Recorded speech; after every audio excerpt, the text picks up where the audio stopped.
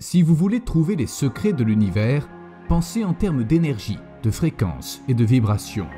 Si vous êtes capable de plonger dans votre subconscient en créant un modèle, puis de l'infuser avec de l'énergie qui vibre à une certaine fréquence, vous pouvez alors attirer des choses qui seront de nature similaire. Je dis toujours aux entrepreneurs de voir l'énergie de la même façon qu'ils voient l'argent. C'est une ressource limitée qui doit être gérée, dépensée et investie avec précaution. Ils pensent toujours qu'ils vivront éternellement. Mais si vous avez conscience que la vie est limitée, vous commencerez alors à faire des choix décisifs. Vous devenez bon à tout ce à quoi vous vous exercez régulièrement. Votre esprit ne fait pas la différence entre ce qui est bon ou ce qui est mauvais pour vous. Quand vous vivez une expérience intense, on pourrait dire que votre subconscient se met à bouillir. Et c'est une belle opportunité pour le modifier.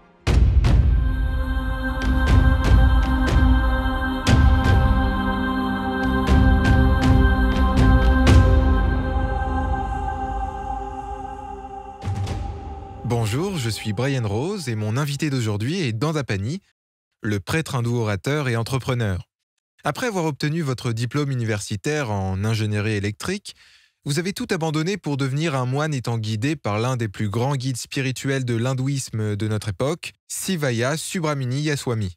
Pendant 10 ans, votre vie était composée d'entraînement et d'une discipline de fer que vous avez reçue lors de votre séjour dans le monastère de votre gourou, coupé du monde et situé à Hawaï. Il y a 8 ans, vous avez décidé de repartir dans le monde moderne afin d'enseigner ce que vous avez appris à New York et partout dans le monde et faire en sorte que vos outils spirituels soient mis en pratique dans la vie de tous les jours. Danda Pani, bienvenue. Merci Brian, j'apprécie que vous m'ayez invité dans votre émission. C'est un honneur de vous avoir avec nous. Je savais que c'était important de vous inviter. Je suis sûr que vous rencontrez constamment des gens qui souhaiteraient passer plus de temps avec vous. Il y a quelque chose en vous qui me donne envie d'en savoir plus sur vous. Même si votre apparence ne dévoile pas vraiment qui vous êtes, il semblerait que vous ayez un certain savoir. Et c'est pourquoi je vous ai invité dans cette émission. Merci.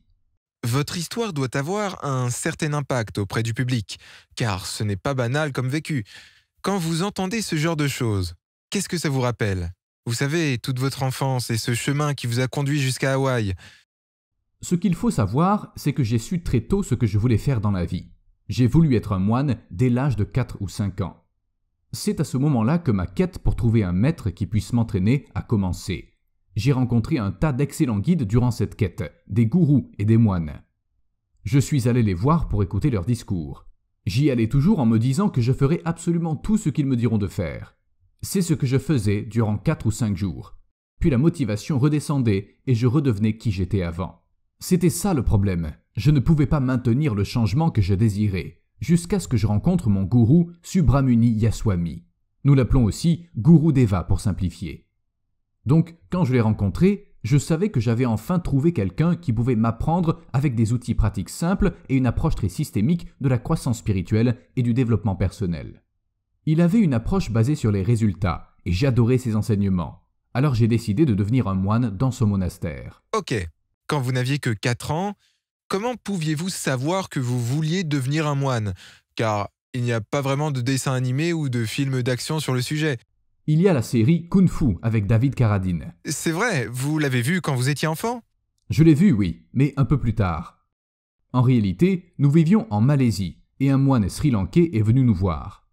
Ma mère l'avait invité et traditionnellement dans notre culture, nous offrons à un moine des vêtements, de l'argent et de la nourriture. Et dès que je l'ai vu, je me suis dit « c'est moi ». Je me suis reconnu dans les vêtements qu'il portait, son maquillage, son collier de perles. Tout ce que je voyais chez lui résonnait avec moi. C'était comme mon sapeur-pompier idéal.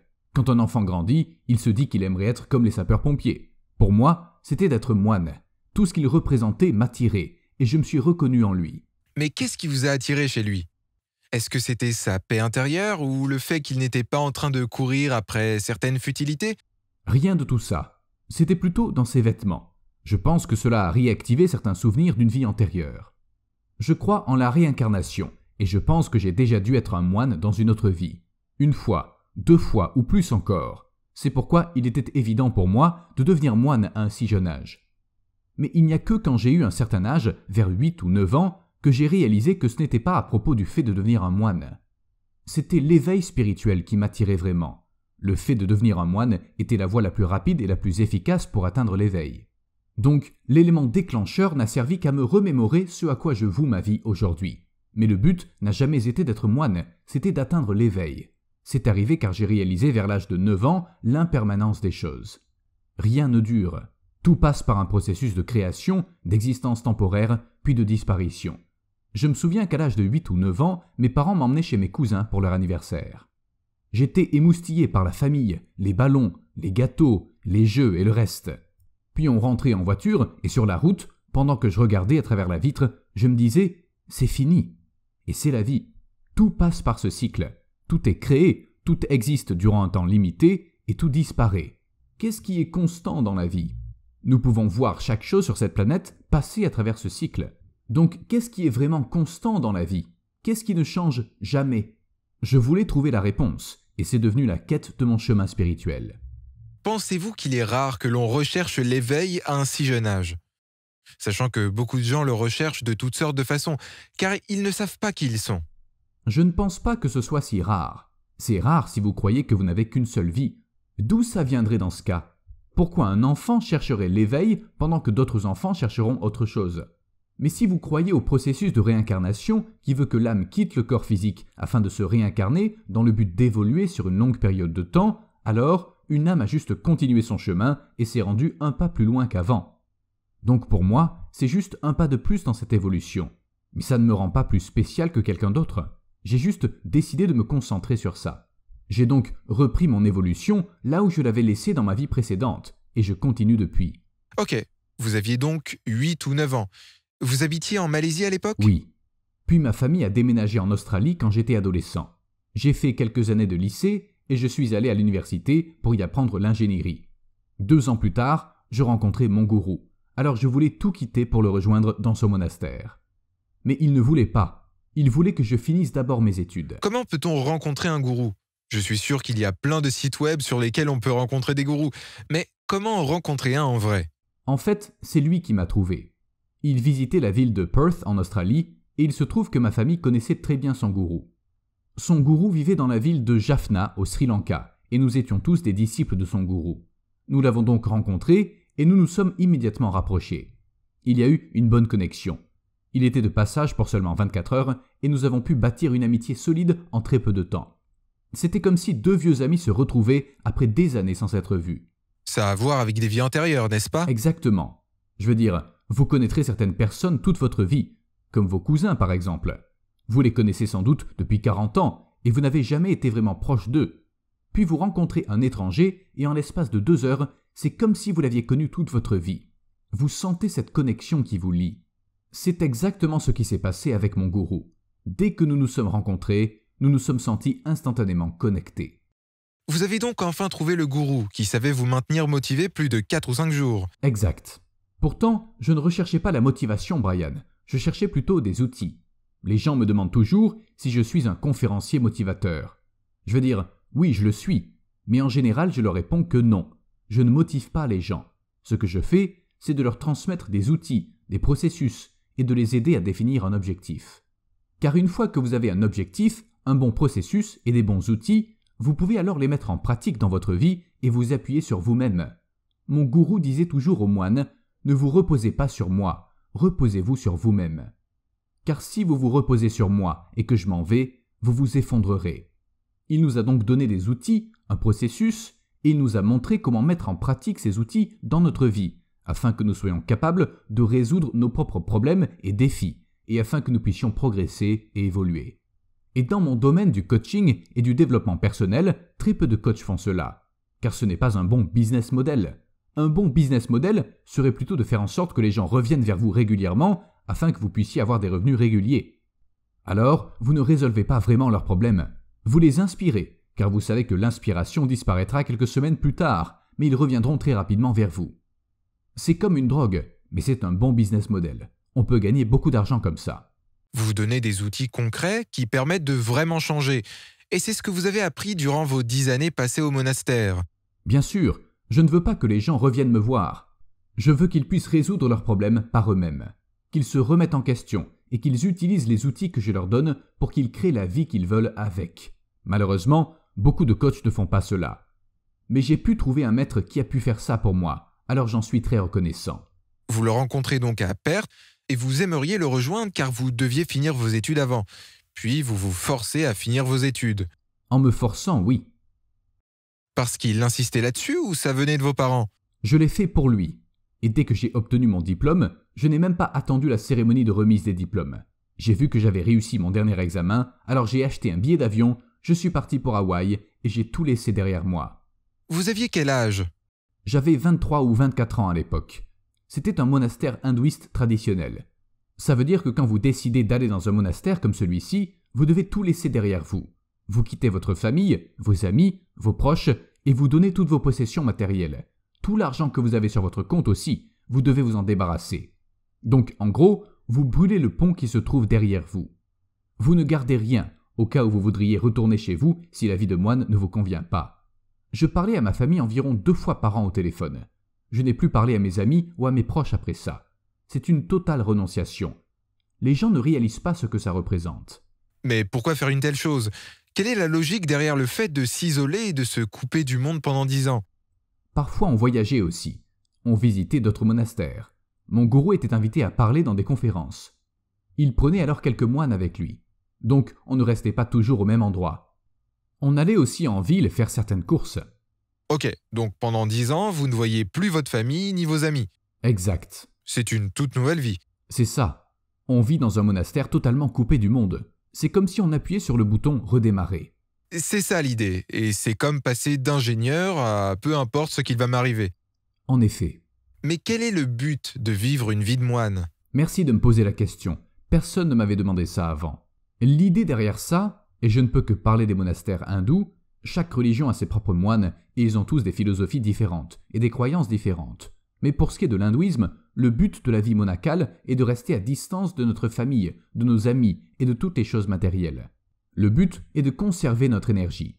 Nous croyons que l'énergie circule constamment en nous et se dirige vers les gens ou les choses qui nous entourent. Et l'une des premières choses à faire pour atteindre l'éveil est de stopper la perte d'énergie.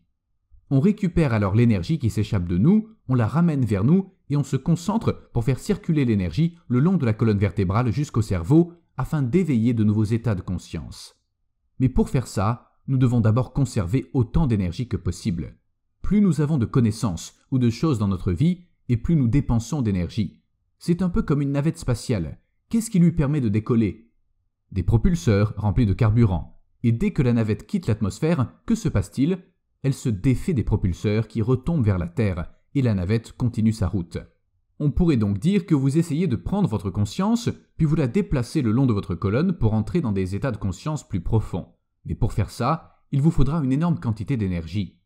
C'est pourquoi les moines ne possèdent presque rien, ils côtoient peu de gens et ils pratiquent le célibat. Le célibat permet de conserver l'énergie. Dans l'hindouisme, on ne voit pas le sexe comme étant une mauvaise chose. Nous avons écrit le Kama Sutra. Nous avons donc même un manuel pour ça.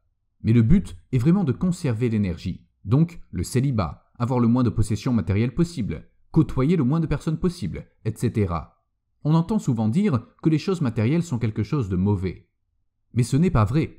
Chacun des moines qui rejoint le monastère se voit offrir un ensemble de vêtements, des colliers, des écouteurs et un MacBook Pro. Un MacBook Pro? Oui, chaque moine en reçoit un. Donc, nous ne pensons pas que les choses matérielles sont une mauvaise chose. Nous croyons plutôt en la simplification, le fait de garder uniquement quelques objets dont nous avons vraiment besoin. C'est comme ça que nous vivons, le but étant d'éviter de gaspiller notre énergie au maximum. Ok, donc vous rejoignez le monastère. Et comment se sont passés vos premiers jours là-bas? Puis les premiers mois et la première année? Vous deviez être en ébullition. Vous aviez 23 ou 24 ans et vous quittez tout pour vous plonger dans la vie de moine avec un gourou. Si je peux l'éviter, ou traverser les murs. Vous vous demandiez à quel moment vous seriez capable de faire ce genre de choses, n'est-ce pas? C'est vrai. Est-ce que vous vous rappelez de vos premiers mois là-bas? Y a-t-il du bizutage entre les moines? Il y en a, oui. Ah bon? Oui, car on est enthousiaste en entrant là-bas. Tout ce que l'on sait de la vie monacale se résume à ce qu'on peut lire dans les livres, ou ce qu'on peut voir dans les films hollywoodiens, ou encore dans la série Kung Fu avec David Carradine, et on pense que c'est ce que font les moines.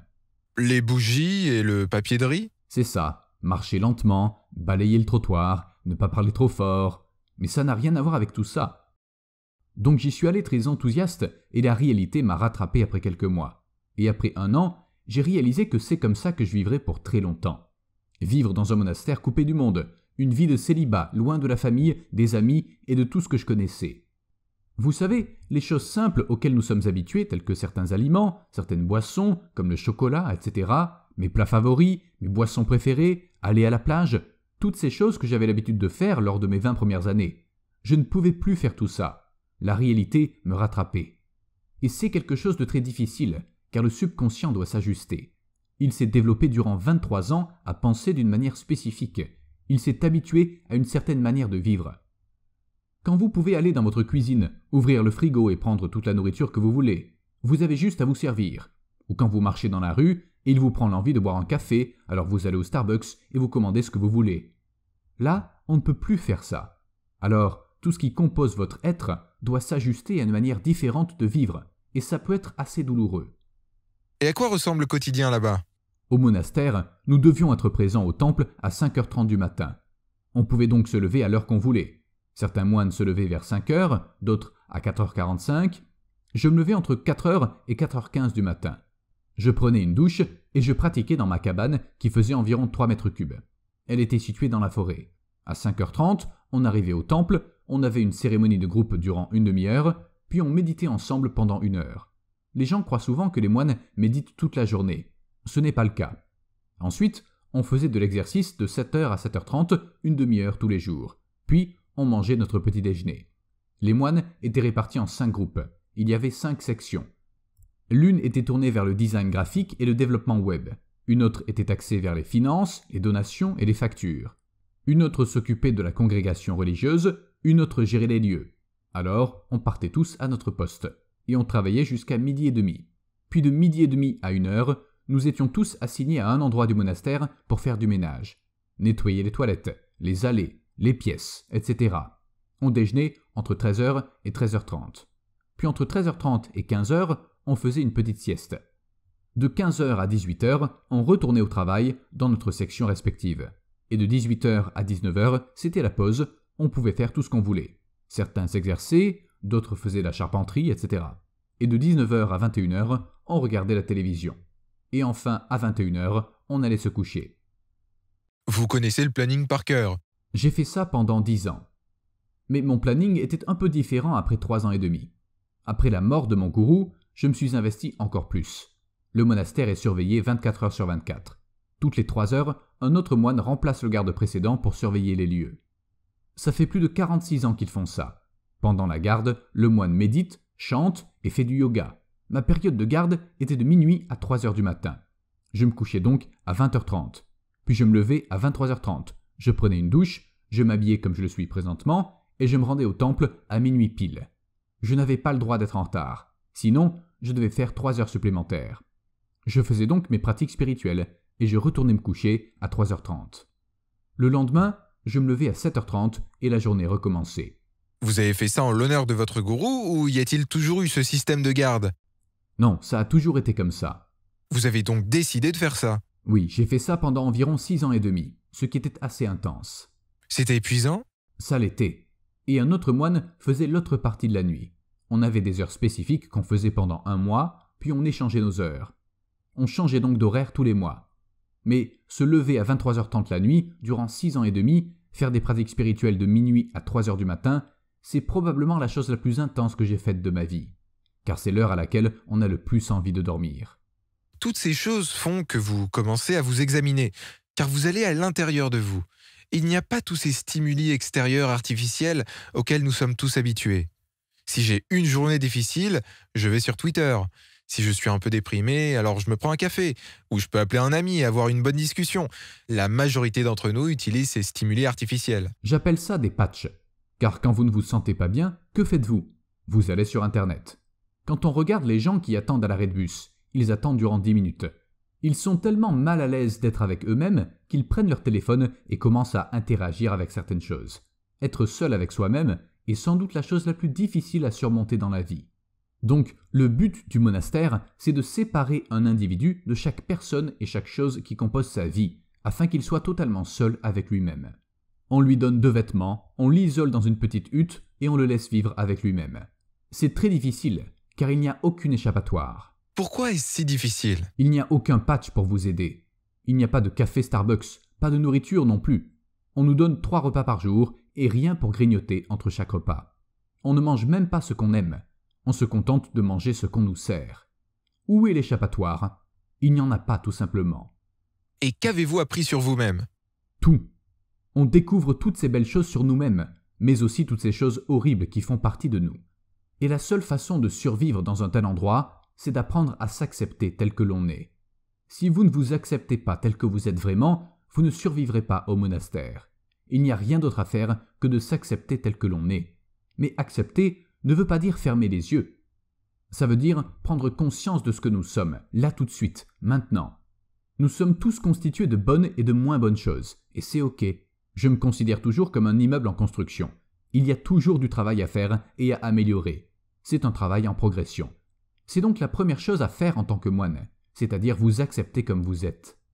Car dès que vous commencerez à voir toutes ces parties intimes et cachées de votre être, si vous ne les acceptez pas, vous finirez par partir. Pouviez-vous parler de cela avec les autres moines? Nous étions encouragés à ne parler qu'avec notre gourou, mais pas avec les autres moines, car ils traversaient tous la même difficulté, et chacun vivait les choses à sa façon. Pouviez-vous sentir leur énergie? Vous savez, de la même façon qu'on peut sentir qu'une personne a des difficultés ou qu'elle passe une mauvaise journée. Peut-être que certains des moines avaient connu des années difficiles avant ça. Oui, c'est sûr. Car vous ne pouviez parler qu'à votre gourou. Ça pourrait vous bloquer définitivement. De temps à autre, on se parlait quand même, mais nous étions vraiment encouragés de ne parler qu'à notre gourou. Il ne faudrait pas qu'un moine décharge ses difficultés sur un autre qui affronte déjà ses propres problèmes. Mieux vaut éviter en effet. Pourriez-vous nous partager certaines choses que vous disait votre gourou, du genre des conseils précieux? Il me demandait souvent si je faisais bien mes pratiques tous les jours. Et ma réponse, peu importe quand il me demandait, c'était toujours « non ». J'avais pris du retard dans mes pratiques. Puis je me levais et je partais. De quoi d'autre aurait-on pu parler? Il vous rappelait à l'ordre. Il me rappelait à l'ordre, oui. C'est ce que j'aimais avec lui. J'ai rencontré tellement de coachs qui vous disent qu'ils vont résoudre vos problèmes, qu'ils vont vous réparer, etc. Il ressemble presque à un messie qui n'aurait qu'à agiter sa baguette magique pour vous réparer. Mais mon gourou me reprenait, et c'est ce qui m'a vraiment aidé à évoluer. À la fin de la journée, c'est exactement ce que je voulais. Je voulais être aux commandes de ma vie. Je voulais être aux commandes de mon futur. Je voulais être responsable de mes propres émotions, et surtout de mon propre bonheur. Alors, il me reprenait. Et il m'a donné des outils pour faire ça. Quel genre de pratique vous demandait-il de faire chaque jour? Eh bien, c'est un peu comme aller consulter un médecin. Il n'existe pas qu'un seul traitement unique qui fonctionnerait pour tout le monde. Donc, dépendamment de mes besoins du moment, il me prescrivait le bon traitement. Il me donnait certaines pratiques à faire, du genre méditer, m'accepter tel que je suis, travailler avec mon subconscient pour aller au-delà de mon passé, etc. Il me donnait des outils pratiques pour faire ça. Puis il me disait « Ok, maintenant, mets ça en pratique tous les jours pendant 1 heure. » Puis je pratiquais pendant 2 semaines, 3 semaines ou 1 mois. Et j'arrêtais au bout d'un moment. Mais de nouveaux problèmes arrivaient. Alors je retournais le voir, je lui expliquais mon problème et il me redonnait les mêmes outils à mettre en pratique. Il me disait de continuer. Je me disais « Oh non, j'ai arrêté de faire ça la semaine dernière. » Mais il me disait « Qu'est-ce que tu veux de plus ?» Retourne au boulot. C'est ça.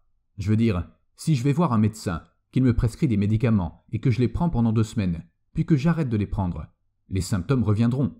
Alors je retourne voir le médecin et je lui dis que les symptômes sont toujours là. S'il me demande « Avez-vous pris vos médicaments ?» et que je lui dis « Non, j'ai arrêté », il me dira alors « Que voulez-vous de plus? Prenez vos médicaments. » Je me souviens que vous aviez dit que l'on vous apprenait plein de petites choses essentielles, que l'on n'apprend pas normalement à l'école ou ailleurs. Vous aviez dit qu'il vous apprenait à vous concentrer, il vous apprenait à bien dormir, mais personne ne nous a jamais appris comment bien dormir. Oui, on nous a appris comment dormir, comment se réveiller, et même quoi faire pendant que nous dormons. On nous a appris quoi faire pendant la durée du sommeil. On était entraîné à rester conscient durant la période de rêve. On nous a aussi appris comment respirer, comment manger, comment prendre une douche, toutes sortes de choses. Nous venons au monde sur cette planète et on nous demande d'apprendre des comptines pour enfants, d'apprendre l'alphabet, à compter. Puis on nous envoie à l'école pour qu'on apprenne la géographie, l'histoire, la science et la table périodique des éléments. Pourquoi? À quel moment de votre vie aurez-vous vraiment besoin de connaître la table périodique des éléments? Mais des choses simples et pourtant essentielles dans la vie d'un être humain, on ne nous les apprend pas. Qui vous enseigne comment bien dormir? Pourtant, Combien de personnes dans le monde ont de la difficulté à dormir chaque jour? Ils pensent que tout le monde sait comment bien dormir, mais ce n'est malheureusement pas le cas pour des millions de personnes. Comment faire pour bien dormir? Vous ont-ils enseigné un processus pour dormir, du genre faites ceci, puis cela, etc. Oui, c'est un processus très simple. Vous vous allongez sur le dos avec les paumes de vos mains tournées vers le haut. Vous visualisez votre système nerveux, puis vous visualisez toute votre énergie se faire absorber par votre système nerveux et circuler depuis vos membres jusqu'à votre colonne vertébrale. Donc par exemple, imaginez toute l'énergie de votre jambe gauche se faire absorber par le système nerveux de la jambe, puis circuler vers le haut et remonter jusqu'à votre colonne vertébrale. Faites la même chose avec votre jambe droite, avec votre bras gauche, puis avec votre bras droit. Rassemblez toute l'énergie dans votre colonne et votre corps finit par s'endormir. Car quand vous relaxez votre système nerveux, vos muscles se relâchent. Et quand vos muscles se relâchent, tout le corps s'endort. C'est quelque chose que vous avez appris au monastère? Oui, et je l'utilise pour m'endormir. Après ça, je me réveille en ayant bien dormi. En fait, mon gourou voulait des moines bien reposés qui seraient en mesure d'accomplir leur mission. Donc pour faire ça, il avait besoin que tout le monde ait bien rechargé ses batteries à 100% durant la nuit. Et non pas à 75%. C'est terrible quand vous vous levez le matin et que votre téléphone n'a plus que 30% de batterie. Vous vous dites alors qu'il faut le recharger. Car vous voulez avoir un téléphone rechargé à 100% quand vous vous réveillez, n'est-ce pas? Donc, la plupart des gens vont se coucher et se réveillent avec 60% de leur batterie vitale pour fonctionner. Mon but quand je vais dormir, c'est d'être totalement reposé et de me réveiller avec 100% de mon énergie, afin d'avoir une journée dynamique et faire tout ce que j'ai à faire. Ils vous ont aussi appris comment manger? Exact. Comment se concentrer quand on mange?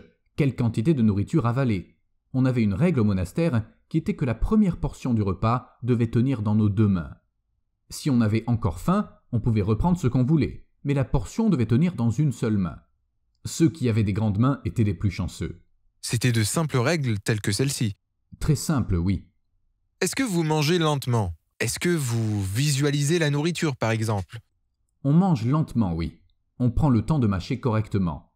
Au moment des repas, on s'asseyait tous ensemble et on ne faisait rien d'autre que manger.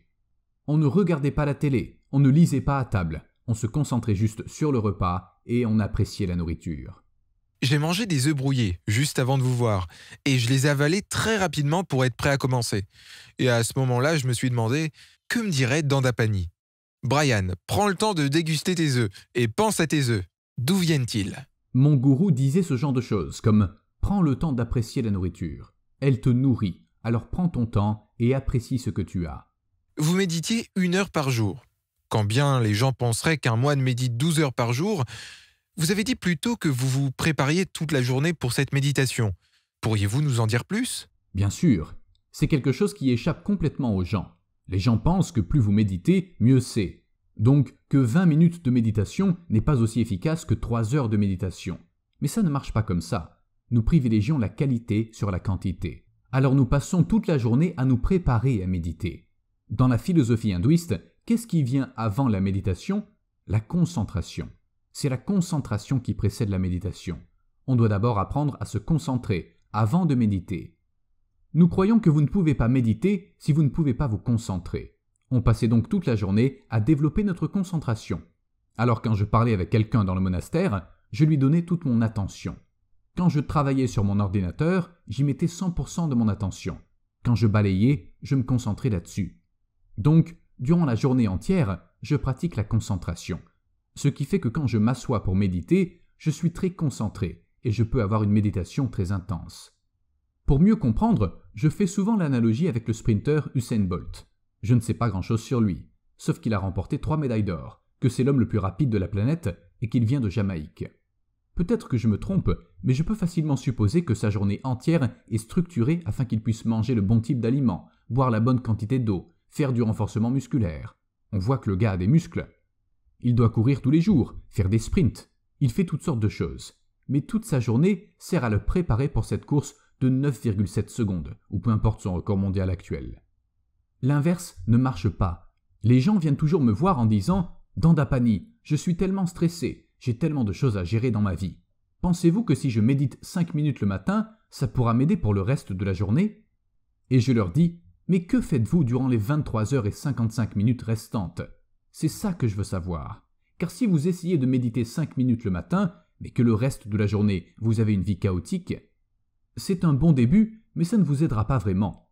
C'est comme manger une carotte le matin, puis manger des hamburgers et des frites toute la journée en espérant avoir une alimentation saine. Vous devez comprendre que tout au long de la journée, votre style de vie sera ce qui aidera vraiment votre méditation dans un premier temps.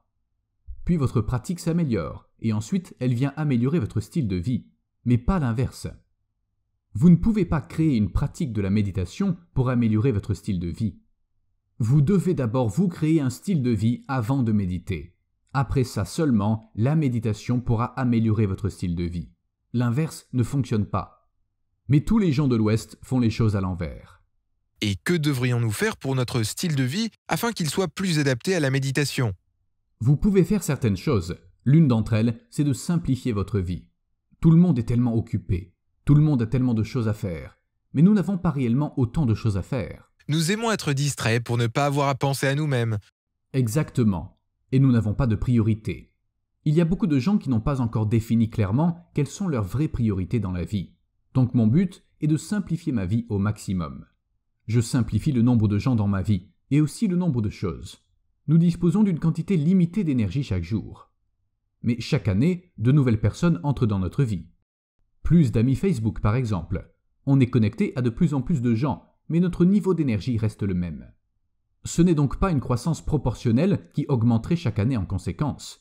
Si votre niveau d'énergie augmentait chaque année proportionnellement avec le nombre de choses ou de gens qui affluent dans votre vie, nous n'aurions pas à en parler.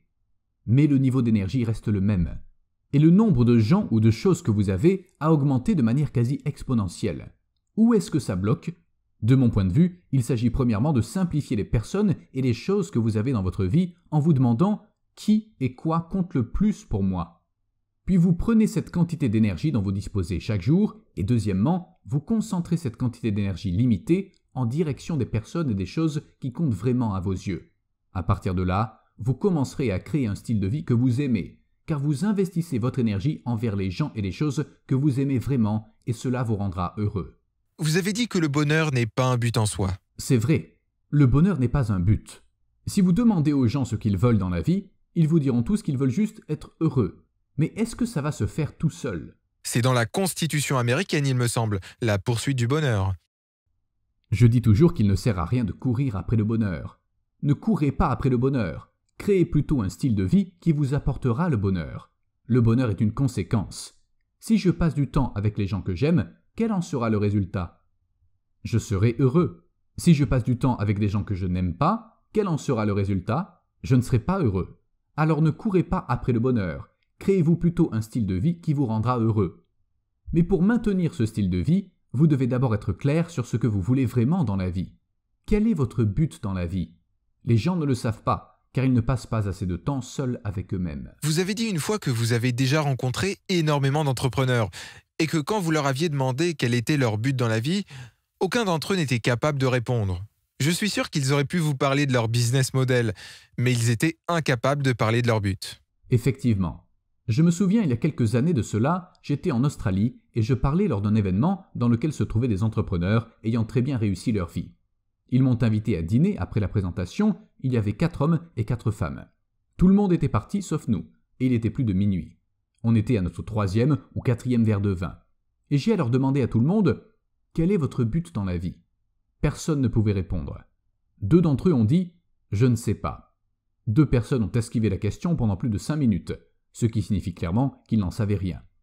L'une des femmes a dit qu'elle n'en savait rien, et une autre a commencé à développer sur le sujet, puis elle s'est décomposée et s'est mise en colère contre son mari. Et voilà, une simple question. Quel est votre but dans la vie? Ils n'en ont aucune idée. De quelle couleur est votre cravate, Brian? Elle est rouge. Elle est rouge. C'est une question facile à répondre, n'est-ce pas? Mais la question, quel est votre but?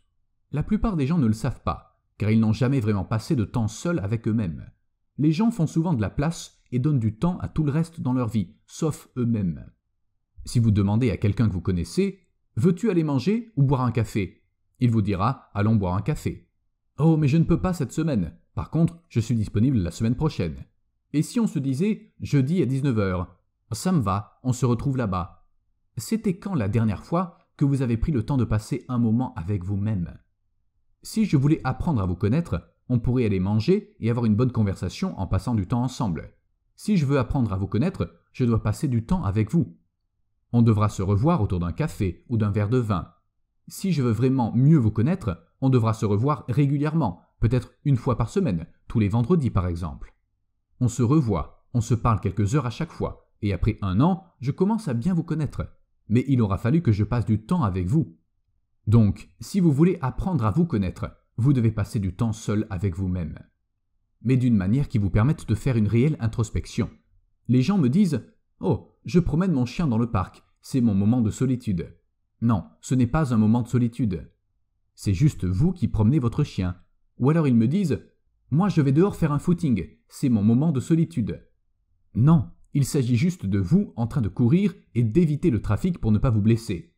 Passer du temps avec soi-même veut dire s'asseoir, fermer les yeux, ne pas interagir avec le monde extérieur et plonger à l'intérieur de vous afin d'avoir une vraie conversation avec vous-même.